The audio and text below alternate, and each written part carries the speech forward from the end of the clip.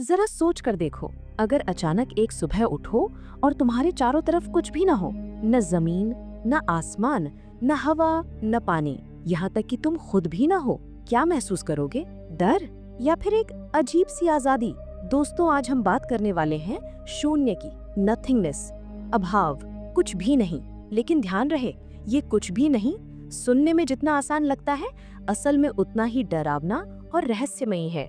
मान लो तुम्हारे हाथ में एक खाली ग्लास है। तुम कहोगे, अरे ये तो खाली है, लेकिन जरा रुककर सोचो, क्या सच में खाली है? उसके अंदर हवा भरी है और हवा में करोड़ों परमाणु। तो क्या खालीपन सच में होता भी है? यही से शुरू होती है फिलॉसफी ऑफ नथिंग की सबसे बड़ी पहेली। करीब 2500 साल पहले ग्रीस में दो दार्शनिकों की सोच टकराई। एक थे पार्मेनिडीज। उन्होंने साफ कहा कि कुछ भी नहीं जैसी कोई चीज हो ही नहीं सकती। उनका तर्क बड़ा मजेदार था कि जैसे ही तुम कुछ भी नहीं सोचते हो, वो कुछ बन जाता है, क्योंकि अगर तुम उसके बारे में सोच पा रहे हो तो वो अब नहीं रहा। दूसरी तरफ थे हेराक्लिटस। वो कहते थे सब कुछ बदल रहा है और यही बदलाव बताता है कि कुछ और कुछ नहीं, दोनों ही साथ साथ हैं। अगर रात है तो दिन भी है, अगर जीवन है तो मृत्यु भी है, और अगर कुछ है तो कहीं ना कहीं कुछ नहीं भी जरूर है। अब सोचो, ये बहस कितनी जबरदस्त रही होगी। एक कहता है शून्य है ही नहीं, दूसरा कहता है बिना शून्य के तो कुछ भी नहीं हो सकता। और सच मानो, ये लड़ाई आज तक खत्म नहीं हुई है। अब जरा आते हैं हमारी धरती की तरफ। भारत में शून्य सिर्फ गणित का चिन्ह नहीं, बल्कि दर्शन की आत्मा है। उपनिषदों में कहा गया, नेति नेति, यानी ये भी नहीं वो भी नहीं।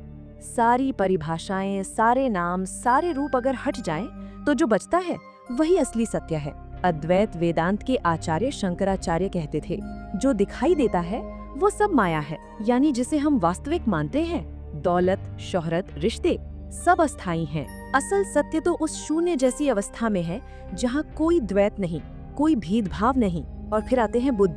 गौतम बुद्ध ने शून्यता का विचार दिया, लेकिन ध्यान रहे, बुद्ध का शून्य मतलब खाली नहीं है। उनके मुताबिक चीजों का कोई स्वतंत्र अस्तित्व नहीं होता, सब कुछ कारण और संबंधों से जुड़ा है। जैसे धुआं बिना आग के नहीं और लहर बिना समुद्र के नहीं। तो बुद्ध के लिए शून्यता का मतलब था स्थायी आत्मा का ना होना।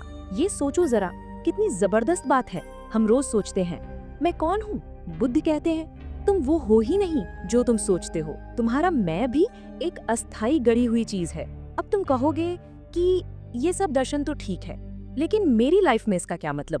तो मान लो तुम्हारी जेब में पैसा नहीं है, शून्य। तुम्हारे रिश्ते टूट गए, शून्य। तुम्हारा करियर रुक गया, शून्य। उस वक्त तुम सोचते हो सब खत्म हो गया, लेकिन यही शून्य कभी कभी तुम्हें एक नई शुरुआत देता है। जैसे राख से फिनिक्स उठता है, वैसे ही इंसान अपने खालीपन से दोबारा जन्म ले सकता है। पर सच बताऊं, शून्य सुनने में जितना आसान है, जीने में उतना ही मुश्किल। इंसान को सबसे बड़ा डर किसी चीज से नहीं, बल्कि कुछ भी ना होने से लगता है। मौत क्यों डरावनी लगती है? क्योंकि उसके बाद हम सोचते हैं कुछ नहीं बचेगा। अकेलापन क्यों काटने लगता है? क्योंकि अंदर से लगता है अब कोई नहीं है। यानी नथिंगनेस हमारे लिए डर भी है, लेकिन शायद मुक्ति भी। भारत के संत, सूफी और मनीषी कहते रहे हैं कि जब इंसान भीतर जाता है और ध्यान में बैठता है, तो वो शून्य को महसूस करता है। वहाँ न शब्द है, न विचार, न कोई पहचान, बस एक मौन है। और ये मौन ही असली आजादी है, क्योंकि जब कुछ भी नहीं बचता, तब तुम सब कुछ हो जाते हो।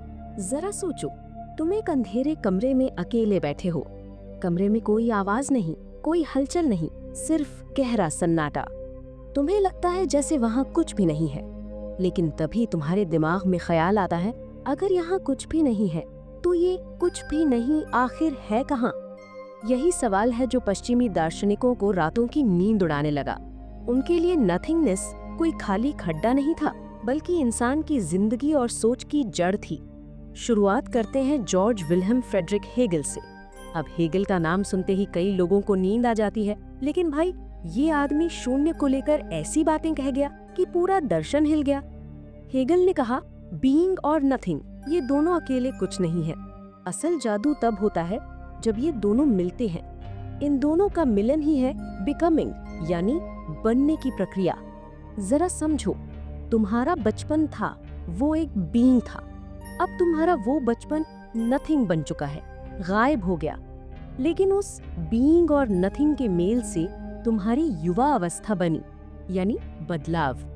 हेगल कह रहा था कि पूरी दुनिया, पूरा इतिहास इसी बदलाव पर टिका है, जहाँ कुछ और कुछ नहीं आपस में नाचते रहते हैं और उसी से नई चीजें पैदा होती हैं।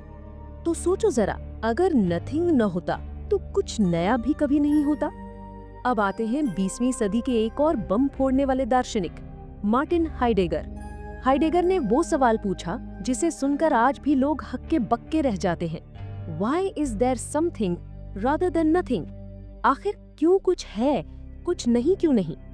ये सवाल इतना सीधा लग सकता है कि कोई बच्चा भी पूछ दे, लेकिन जब इसे गहराई से सोचो तो लगता है जैसे पूरा ब्रह्मांड चक्कर काट रहा हो। हाइडेगर कहते थे, नथिंग को समझे बिना बीइंग को नहीं समझा जा सकता, और इंसान नथिंग को सबसे गहराई से तब महसूस करता है जब वो अपनी मृत्यु के बारे में सोचता है। सोचो, एक दिन सब खत्म, न तुम्हारा नाम रहेगा, न तुम्हारी याद, न तुम्हारी मेहनत, बस कुछ भी नहीं। यही ख्याल इंसान को डराता भी है और जगाता भी है। हाइडेगर के लिए नथिंग इंसान की सबसे सच्ची मुलाकात थी, क्योंकि वहीं से असली अस्तित्व की समझ आती है। अब आते हैं जां पॉल सार्त्र पर। ये भाई एग्जिस्टेंशलिज्म के बाप माने जाते हैं। सार्त्र ने कहा, नथिंगनेस ही इंसान की आजादी है। कैसे? मान लो तुम एक दुकान पर खड़े हो और तुम्हारे सामने दो रास्ते हैं, या तो चोरी करके कुछ उठा लो या फिर ईमानदारी से भूखे पेट घर चले जाओ। उस पल तुम जो भी चुनते हो वही तुम्हारी आजादी है, तुम्हें कोई मजबूर नहीं कर रहा। यानी नथिंग, तुम्हारे भीतर का खालीपन, तुम्हें ये स्पेस देता है कि तुम खुद अपनी जिंदगी गढ़ सको। सार्त्र का मानना था कि इंसान का मैं पहले से तय नहीं है, हम खुद अपने चॉइसेस से उसे गढ़ते हैं, और इस गढ़ने की प्रक्रिया के पीछे छिपा है नथिंगनेस। अब मैं तुम्हें एक किस्सा सुनाता हूँ। मान लो एक लड़का है, अरविंद। अरविंद की उम्र 25 साल है और उसके पास कोई नौकरी नहीं, पैसा नहीं, दोस्त नहीं। घर वाले रोज ताने देते हैं तो कुछ करेगा भी या नहीं। उसके लिए जिंदगी एक बड़ा शून्य है। लेकिन एक दिन वो अकेला कमरे में बैठा सोचता है, अगर मेरी जिंदगी पहले से ही खाली है तो मुझे किस बात का डर है? अब मैं इसे अपनी तरह क्यों नहीं बनाता? वो उठता है, पेंटिंग सीखना शुरू करता है और धीरे धीरे अपनी पहचान बना लेता है। यानी उस लड़के के लिए नथिंग ने ही दरअसल सबसे बड़ी आजादी दी। कुछ नहीं होने का मतलब था कुछ भी बनने की आजादी। यही वजह है कि पश्चिमी दर्शन में नथिंग को सिर्फ डर नहीं माना गया। हाँ, ये डरावना है क्योंकि ये हमें हमारी नश्वरता याद दिलाता है, लेकिन यही ताकत भी है क्योंकि ये हमें ये समझाता है कि तुम्हें अपने होने की कहानी खुद लिखनी है। जरा अपने चारों तरफ देखो, आज सोशल मीडिया पर हर कोई कुछ बनने की होड़ में है, फॉलोअर्स, लाइक्स, शोहरत, लेकिन अंदर से कई लोग खुद को खाली महसूस करते हैं। यही वो एग्जिस्टेंशियल क्राइसिस है जिसके बारे में सार्त्र और हाइडेगर बात करते थे। तुम्हें लगता है सब कुछ है, लेकिन असल में कुछ भी नहीं। इस नथिंगनेस को स्वीकार करना ही तुम्हें आजाद करता है, क्योंकि जब तुम मान लेते हो कि कुछ भी तय नहीं है, तब तुम्हारे पास मौका है सब कुछ गढ़ने का। तो दोस्तों, पश्चिमी दर्शन ने नथिंग को एक नई ऊंचाई दी। हेगल ने इसे बदलाव का आधार बताया, हाइडेगर ने इसे अस्तित्व की जड़ से जोड़ा और सार्त्र ने इसे इंसान की आजादी का नाम दिया। अब शून्य सिर्फ डर नहीं रहा, बल्कि क्रिएटिव ताकत बन गया। लेकिन अभी कहानी अधूरी है, क्योंकि असली मजा तो तब आएगा जब हम देखेंगे कि विज्ञान और अध्यात्म ने इस नथिंगनेस को कैसे समझाया। क्या सच में कुछ भी नहीं नाम की कोई चीज है, या फिर शून्य भी भरा हुआ है अनगिनत संभावनाओं से? जरा आंखें बंद करो और सोचो, तुम्हारे चारों तरफ पूरा ब्रह्मांड है, चमकते तारे, गैलेक्सियां, ब्लैक होल्स, धूल और रोशनी। लेकिन एक सवाल गूंजता है, ये सब आया कहाँ से? वैज्ञानिक कहते हैं बिग बैंग से, लेकिन उससे पहले क्या था? हम अक्सर सोचते हैं कि विज्ञान नथिंग को खालीपन कहेगा, लेकिन सच यह है कि वैज्ञानिकों ने पाया कि कंप्लीट वैक्यूम यानी पूर्ण शून्य असल में खाली नहीं होता। क्वांटम भौतिकी कहती है कि अगर तुम ब्रह्मांड से सब कुछ हटा दो, तारे, धूल, कण, यहाँ तक कि स्पेस भी, तो भी बचता है क्वांटम वैक्यूम। और ये वैक्यूम लगातार हलचल करता है। उसमें वर्चुअल पार्टिकल्स आते जाते रहते हैं, जैसे लहरें उठती और मिटती हैं। यानी वैज्ञानिक भाषा में नथिंग भी सचमुच नथिंग नहीं है, वो तो अनगिनत संभावनाओं का समंदर है। अब सोचो, बिग बैंग से पहले क्या था? वैज्ञानिकों की जुबान पर यही आता है, नथिंग। लेकिन वो नथिंग वैसा खालीपन नहीं है जैसा हम समझते हैं, बल्कि ऐसा काला पर्दा है जिसके पीछे पूरा ब्रह्मांड छुपा बैठा था। 1 सेकंड के अरबवें हिस्से में वही नथिंग फट पड़ा और बना एवरीथिंग।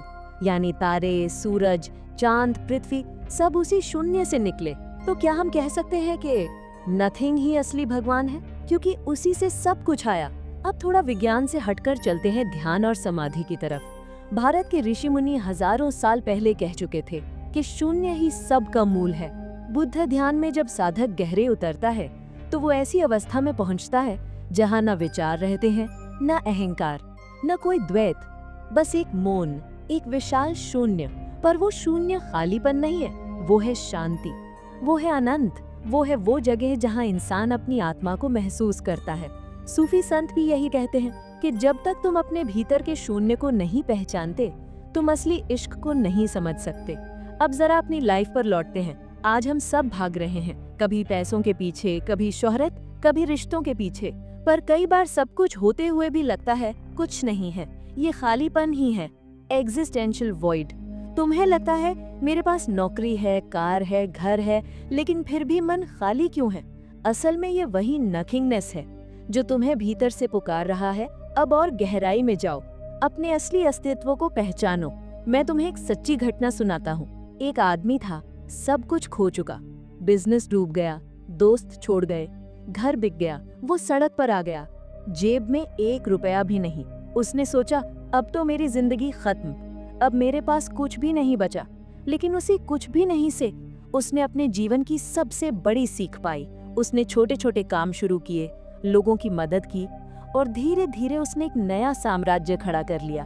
बाद में उसने कहा, अगर वो शून्य का दौर ना आया होता तो मैं कभी नया जन्म न ले पाता। यानी जिंदगी में कभी कभी कुछ भी नहीं होना ही सबसे बड़ी ताकत है। अब सबसे बड़ा सवाल, मौत। इंसान इससे क्यों डरता है? क्योंकि मौत के बाद हमें लगता है कुछ भी नहीं बचेगा। पर अगर गहराई से सोचो तो क्या सच में नथिंग डरावना है, या वो सिर्फ एक डोरवे है जहां से एक नई यात्रा शुरू होती है? भारतीय दर्शन कहता है मृत्यु अंत नहीं, परिवर्तन है। यानी मौत का शून्य असल में एक नई संभावना है। तो दोस्तों, अब तक की इस पूरी यात्रा से हम एक बात समझ सकते हैं कि नथिंग यानी शून्य सिर्फ अभाव नहीं है, वो तो संभावना यानी पोटेंशियल है। जैसे बीज मिट्टी में दबा है, बाहर से वो कुछ नहीं लगता है, लेकिन उसके अंदर पूरा पेड़ छुपा है। वैसे ही शून्य में छुपा है जीवन, सृजन और अनंत आजादी। तो दोस्तों, हमने देखा ग्रीक दार्शनिकों की बहस से लेकर बुद्ध और वेदांत की शांति तक, हाइडेगर और सार्थ के एग्जिस्टेंशियल क्राइसिस से लेकर आधुनिक विज्ञान के क्वांटम शून्य तक। नथिंगनेस हर जगह है। लेकिन अब जब तुम ये पॉडकास्ट सुन रहे हो तो मैं चाहता हूँ कि तुम अपने भीतर झांको, जरा रुक कर सोचो कि मेरे भीतर क्या सच में कुछ है, या वो भी बस एक शून्य है। और अगर शून्य है तो डरो मत, क्योंकि वही शून्य तुम्हारी सबसे बड़ी ताकत है। वही शून्य है जहाँ से सब शुरू होता है, वही शून्य है जहाँ सब लौट कर जाता है। तो अगली बार जब तुम कुछ नहीं से डरो तो याद रखना, नथिंग ही एवरीथिंग है। तो दोस्तों, ये था आज का हमारा सफर, शून्य की रहस्यमयी यात्रा। हमने साथ में झांका प्राचीन दर्शन के अंधेरों में, पश्चिमी दार्शनिकों की गहराइयों में और विज्ञान और अध्यात्म की रहस्यमयी दुनिया में। अब शायद आप समझ गए होंगे कि नथिंगनेस कोई डर नहीं, बल्कि सब कुछ बनने की संभावना है। अगर आपको ये एपिसोड अच्छा लगा, अगर इसमें से आपको कुछ नया जानने और सीखने को मिला, तो प्लीज इसे लाइक करें, अपने दोस्तों के साथ शेयर करें और हमारे चैनल अदिति इनसाइट को सब्सक्राइब करना ना भूलें। आपके हर एक लाइक, कमेंट और शेयर से हमें और हिम्मत मिलती है ऐसे ही गहरे और सोचने पर मजबूर कर देने वाले पॉडकास्ट बनाने की। तो जुड़े रहिए, सुनते रहिए और सोचते रहिए, क्योंकि अदिति इनसाइट पर हम हमेशा लेकर आते हैं वो बातें जो आपके दिल और दिमाग दोनों को झकझोर देती हैं। मिलते हैं अगले एपिसोड में। तब तक याद रखिए, नथिंग ही एवरीथिंग है। क्या वहाँ सच में कुछ भी नहीं था, या उस कुछ भी नहीं के अंदर ही छुपा था पूरा ब्रह्मांड? यहीं से शुरू होती है शून्य की अंतिम यात्रा।